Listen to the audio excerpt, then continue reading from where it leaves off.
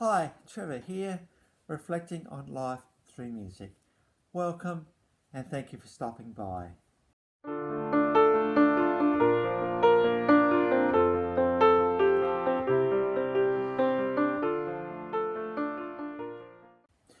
Well, I trust you enjoyed my last video, which I suppose was the start of this mini series on, the most influential band of all time, being the Beatles. I'm not the only one saying that, everyone kind of says that about these four guys from Liverpool. Well, in the last video, we looked at the Beatlemania period when they were performing to screaming fans, and it became really obvious and apparent that towards the end, particularly through the video clip I showed off yesterday, how we had this really poignant lyrics and they were just screaming fans. It just didn't kind of make sense, and so I can understand why the Beatles were starting to head away from performing. And in the last video I led yesterday, I talked about the fact that sometimes we go from I want to hold your hand to yesterday. And my thoughts certainly went out to people who are in yesterday moments, longing for the days that used to be, but are no more. Well, so as I said last time, the first 5 years of the Beatles' career, they were performing, and during that period, they released 5 albums. Well, in 1965, they decided enough is enough, and we're just going to focus on studio and creating music. And certainly over the next 5 years, they released 8 albums. And I thought what I'd probably just do is just to go through them and just very briefly to see why these albums have been hailed as some of the most significant albums of all time. There is so much creativity, so much innovation, so much recording, production in these albums that they are significant. So as I said last time, 1965 out came Rubber Soul, with songs such as Nowhere Man and Norwegian Wood and Baby Can You Drive My Car. And I talked about when I did the Beach Boys video a little while back how this particular album influenced Pet Sounds, which is considered one of the albums of all time, released by the Beach Boys back in around 66, I think it was. Then in 1966, the Beatles released Revolver, and songs on that album included Eleanor Rigby, which is just the hauntingly beautiful string arrangement in that one, but with some really, really sad lyrics about lonely people in this world. And so they were starting to see how their songs wanted to go more than just being words. They wanted the words to mean something. Yellow Submarine. I'm not quite. I'd love to know what's behind Yellow Submarine, but we all live in a yellow submarine. And Good Day Sunshine came off Revolver. In 1967, we had Sgt. Pepper's Lonely Heart Club Band, and here we saw that amazing album cover with the four guys dressed up in coloured band uniforms, and such songs as Lucy in the Sky with Diamonds, of course, Sgt. Pepper's, and When I'm 64. We very much started to see that this was a concept album. They wanted to whisk us away into another world with Sgt. Pepper's. And certainly following on from that one, we had Magical Mystery Tour, which included songs like I Am the Walrus and Fall on the Hill. When you listen to I Am the Walrus, you think, oh, what on earth is that? But when you really get into the song, you start to see that how creative the lyrics of Lennon and McCartney actually are, and how incredible the production is in that particular song. Because you can either think, oh man, we're not going to do that one, or if we are going to do that one, let's do it really well and let's make a statement with it. So that's why I Am the Walrus was on that particular album. The Fall on the Hill is another beautiful whimsical song off that album. In 1968, we had an album simply called The Beatles. It's also known as the White Album because this is the album with the white cover. And in that particular album, we had rockers such as Back in the USSR, quite rocky for the Beatles. The song Dear Prudence, and the fun Obla Dee Obla Da. came off that particular album. In 69, we had, actually in 68, we had the movie Yellow Submarine, which was an animated journey of the Beatles in a yellow submarine as they travelled through, I suppose, various landscapes that their songs just painted. We saw Nowhere Man in there. We saw Eleanor Rigby in there. We saw, obviously, Yellow Submarine in there. I remember in high school being shown that movie in art because of its significance, not just musically, but artistically as well. And suppose we saw a holistic music experience. They wanted to engage all of our senses, not just our ears. And so Yellow Submarine was the album that came out in support of that movie, and of songs like Hey Bulldog and All You Need Is Love, da da da da da, that one. And that song was actually at the start of the movie Love Actually. I think there was a wedding scene, and there's gradually more and more instruments getting added to that particular song. And I suppose when we look at All You Need Is Love, we are seeing brass in there. We're seeing all sorts of stuff in there. And we're seeing a lot of creativity through the production of that particular album. By this point, things were starting to get strained between the guys. I think Paul, Ringo, George, and John were starting to things were starting to get stretched and a bit strained. And so they reluctantly came along and recorded Abbey Road in 1969. Songs like Come Together, Because, and Here Comes the Sun. I think they still had creativity in them, just that when they got in the same room, things weren't so good. So, and obviously Abbey Road has that iconic picture of the four of them walking across the pedestrian crossing. And when you go to visit the Abbey Road studio, that tends to be the photo that's taken of four people walking across the crossing there. Abbey Road obviously is an iconic recording venue in the music in general. And I know that a guy I talked about previously, Alan Parsons, a lot of his albums were recorded at the Abbey Road studios. I think that if you were recording there, you know you've made it. There's just something iconic about this particular studio.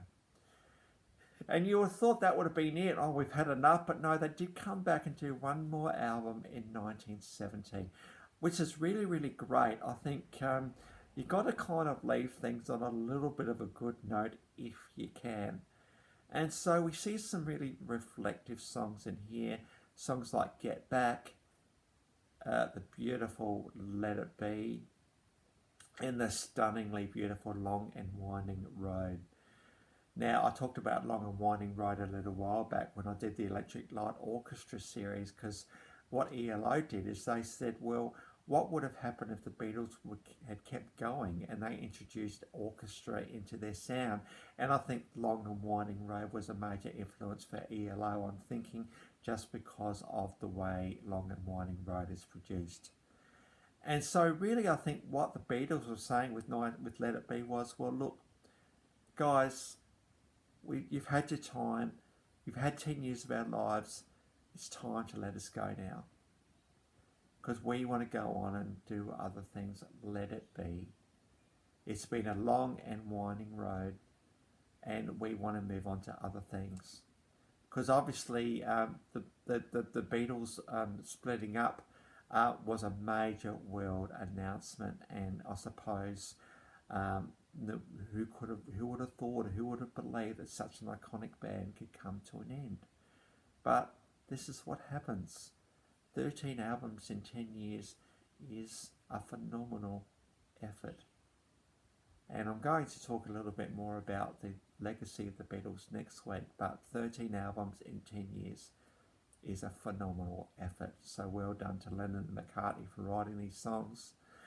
Well done to Ringo for his incredible drumming, and to George for his amazing lead guitar work.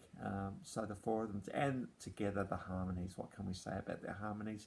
The harmonies are fantastic. Just the all-round outfit, the Beatles. So the film I really wanted to, I suppose, look at today, after all of that creative history, is, as I talked about last week, yesterday, is hailed one of the most beautiful songs of all time. Well, Let It Be too has been hailed as one of the most beautiful songs of all time, and it's just some really, really beautiful words, poignant lyrics about when I'm in trouble, Mother Mary comes to me seeking words of wisdom, let it be.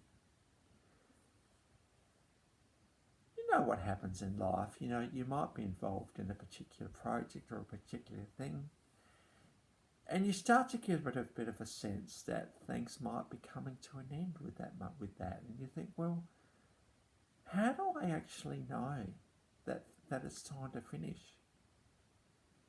Now, if things aren't going so well in a particular project where that's easy, it almost becomes unbearable to face the project, and so letting it be can be easy. What about moments in Let It Be where things have been going well and you think things might be up? You'd be thinking, well, surely my time isn't up, and surely I need to be keeping on doing it. But just this thought keeps getting bigger and bigger in your head to say, well, maybe it's time to come to an end. What I've created is fantastic, but it could be that other people are going to be needed to take it to that next step. Because after all, I have a mindset about it, and this is what I do, but it could be somebody else that takes it to the next step. How do you decide when to let it be? Well, I don't really know, to be honest with you, how you decide. You just kind of know.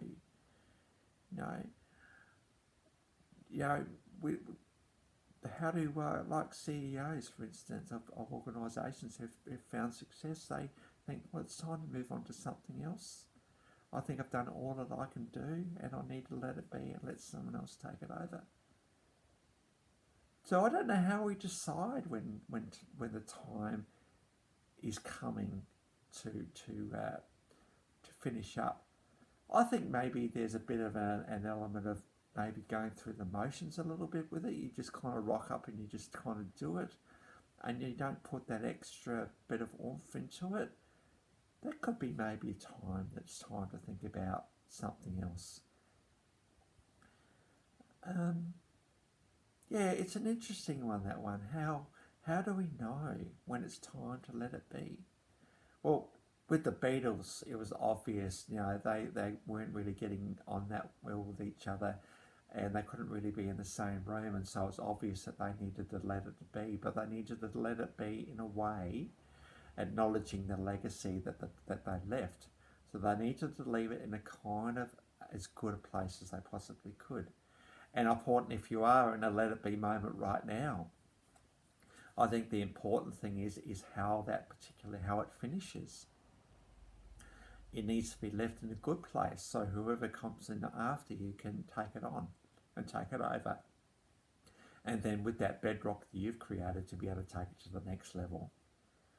There's those sort of let it be moments. But as I shared with you last time about the song Yesterday, in that song, he kind of longs for yesterday to come back.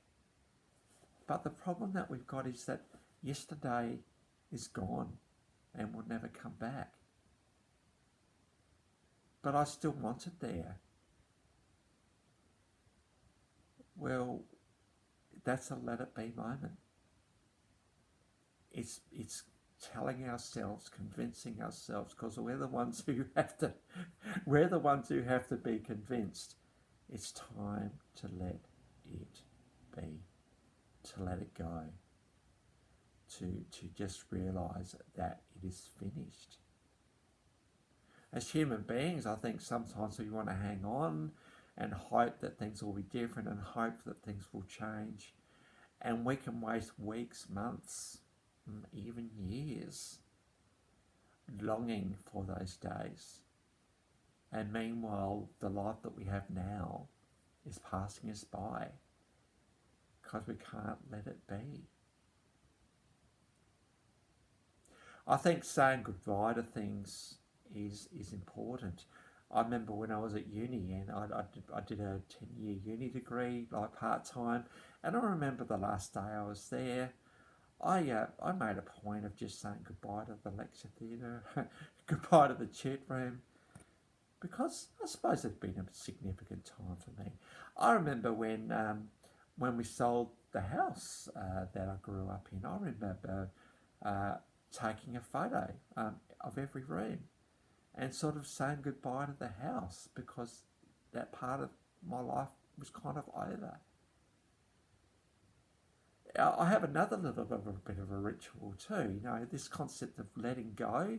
We've got to make a conscious decision to let it go. And sometimes we need to do something to just cement that in. I know for me, one thing I do is I will go down to the beach and I will throw a rock in the water.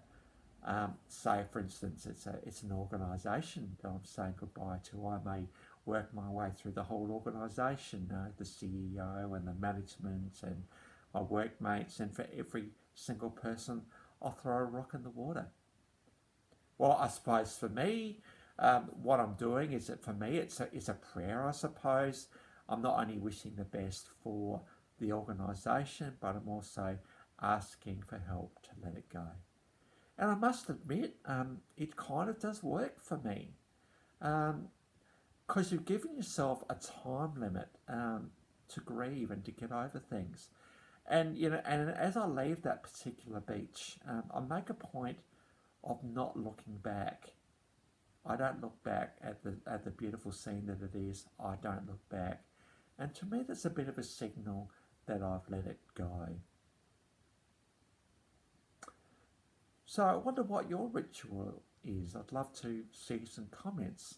What do you do to signal to yourself that it's time to let it be?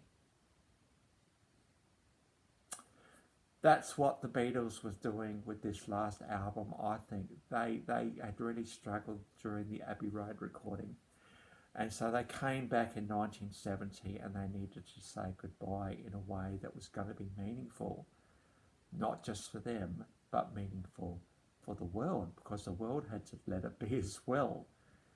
So I think, no, the last song, Long and Winding Road, was not the last song on the album, but that particular song to me just sums up what this Let It Be album actually is all about. It's just all about this whole concept of letting go. And obviously when you're as influential as the Beatles were and still are, doing that as an album is obviously the way you're going to do that. So if you're in a Let It Be moment right now, I'm with you on that. I know the feeling. I don't know it completely, but I know the feeling a little bit. I know what it can be like. So if you are facing a Let It Be right moment right now, decide and then stick to your decision and think of a ritual so that you can let it go. Well, I hope that will be an encouragement for you today. Well, on to the clips today. We have got Let It Be.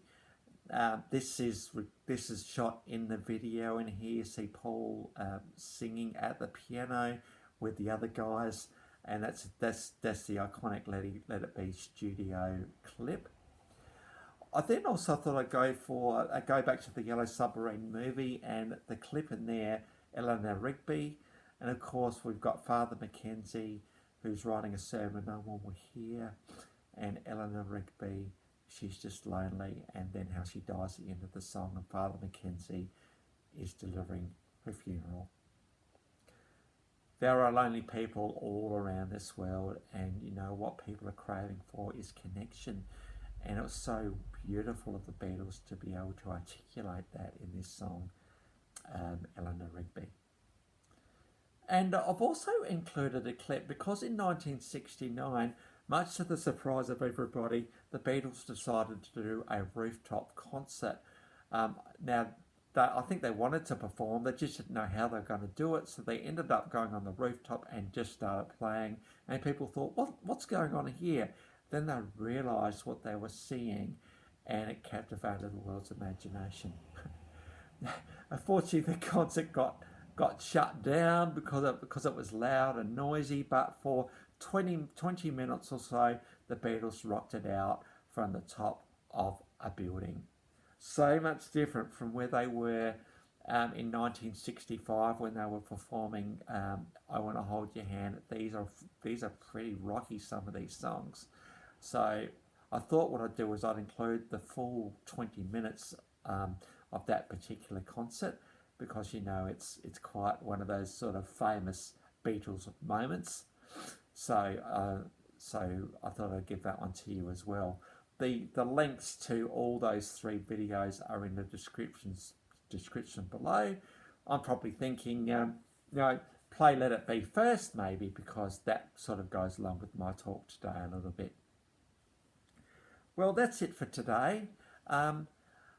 Next time we're going to look at the legacy of the Beatles a bit more, and also just some of the songs that came out a bit later. A couple of songs came out a bit later, but certainly the legacy and why the Beatles have been hailed one of the most significant, the most significant band of all time. So we'll do that next time. So if you like this video, please give it the thumbs up and subscribe. If you are a subscriber and you've come back to see another video, thank you very, very much. I do appreciate you very much indeed. So until next time, I'll catch you around.